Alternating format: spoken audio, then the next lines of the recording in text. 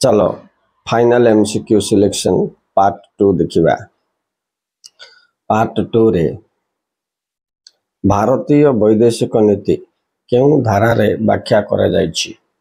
धारा 51। नेक्स्ट, भारत रे केउं प्रकार संविधान अछि? बोले उभय नमनीय और अनमनीय। पृथ्वीर सबुठु पुरातन संघीय राष्ट्र डैश कोटा बोले अमेरिका चॉइस रे दबो से। पुरातन ऐकिक राष्ट्र कोटा बोले इंग्लैंड बा ग्रेट ब्रिटेन बोली कुआ जाए। भारत रे केउं प्रकार व्यवस्थापिका रही? दुई सदनीय व्यवस्थापिका। भारत को एक अर्ध संघीय राष्ट्र के कहिथिले? केसी हुएर। आकाशवाणी केउं तालिका अंतर्भुक्त? को आकाशवाणी आकाशवाणी डाक विभाग प्रतिरक्षा विभाग ये सब जाक केंद्र तालिका। विवाह और छाड़पत्र केउं तालिका अंतर्भुक्त? जुग्म तालिका। कृषि और जलसेचन केउं तालिका अंतर्भुक्त? राज्य तालिका। ए मॉडल रे गुटे क्वेश्चन आसीबो।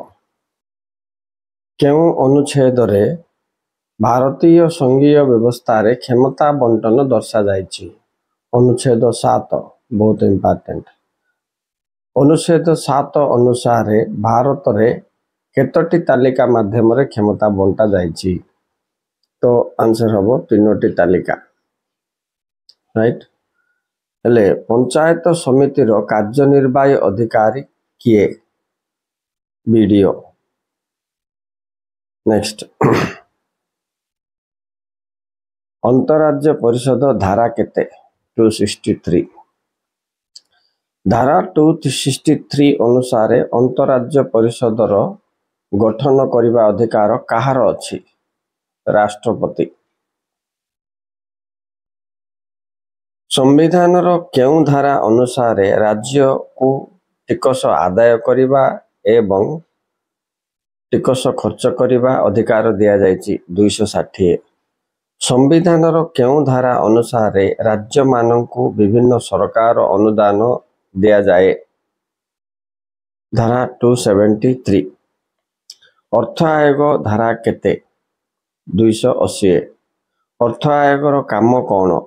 राज्य गुडी को आर्थिक सहाय्य प्रदान करिबा पाई केंद्र सरकार को सुपारिश करिबा। राइट। राज्य जरूरी परिस्थिति धारा केते? 356। आर्थिक जरूरी परिस्थिति धारा केते? 360। जातीय जरूरी परिस्थिति धारा केते? 352। आ गोटे कथा, जातीय जरूरी परिस्थिति जारी हेले देश बा केउं धारा को निलंबित करा जाए? एटा 2020 रे आस्थिला पुन थरा आइबार चांसेस अछि। धारा 19 मन रखो, बहुत इंपोर्टेंट क्वेश्चन। भारत रे किभली नागरिकत्व व्यवस्था रहिछि? ऐकिक नागरिकत्व व्यवस्था रहिछि। महाहिसाब रक्षक बा महासमीक्षक नियुक्ति धारा केते? 148। केउं मसिया रे तेलंगाना नूतन राज्य रूपे संगठित होइथिला? 2014। नीति आयोग केबे गठन होइथिला? 2016। नीति आयोग रो अध्यक्ष डैश बाकी बोले तत्कालीन प्रधानमंत्री। केउं मसिया रे सरकारिया कमिशन गठन होइथिला? 1983। केउं मसिया रे जातीय महिला कमिशन गठन होइथिला? 1992। केउं राज्य सहित ओडिशा रो नदी जल बंटन विवाद रही बोली पचारा? छत्तीसगढ़। एटा गोटे मन रखत 2016 रो घटना। एटा केउं वर्ष भी मन रखिथिबो। सर्वभारतीय जो आईपीएस आईएएस एगुडा करछन्ते एमानकर नियुक्ति बा निलंबन केउं सरकार करिथाए? बोले केंद्र सरकार। ओ एमानकर नियुक्ति रे धारा केते? बोले 312। केउं प्रस्ताव माध्यम रे सरपंच को बहिष्कार करा जाए? अनास्थ प्रस्ताव। भारत रे केतोटी आंचलिक परिषद अछि जोनाल काउंसिल्स 5टी नायब सरपंच कार्यकाल केते वर्ष समस्त कार्यकाल पिला माने 5 वर्ष का लिखिबो जिला परिषदर सरकारी मुख्य किए जिलापाल किंतु एमती जदि पचारिबो खाली जिला परिषदर मुख्य किए बेले चेयरमैन बोल के लिखिबो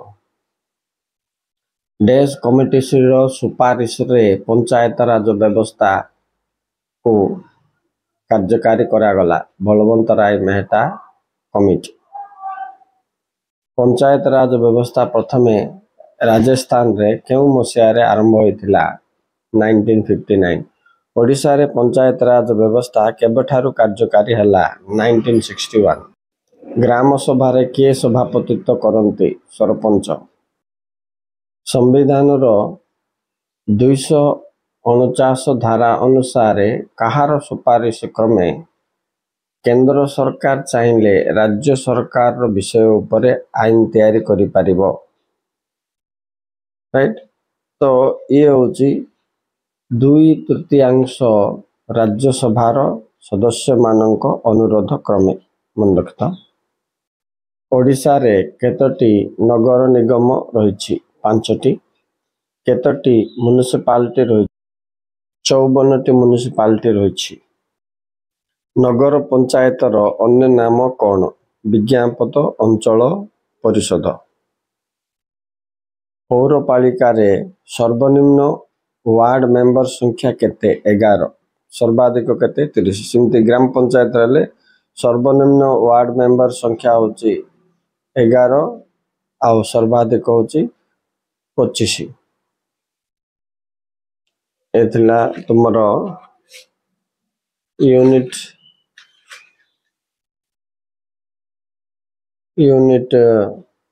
2 रो केते गोटे important selective final selection MCQ questions तापर हम जिबा यूनिट 3-4 आडे।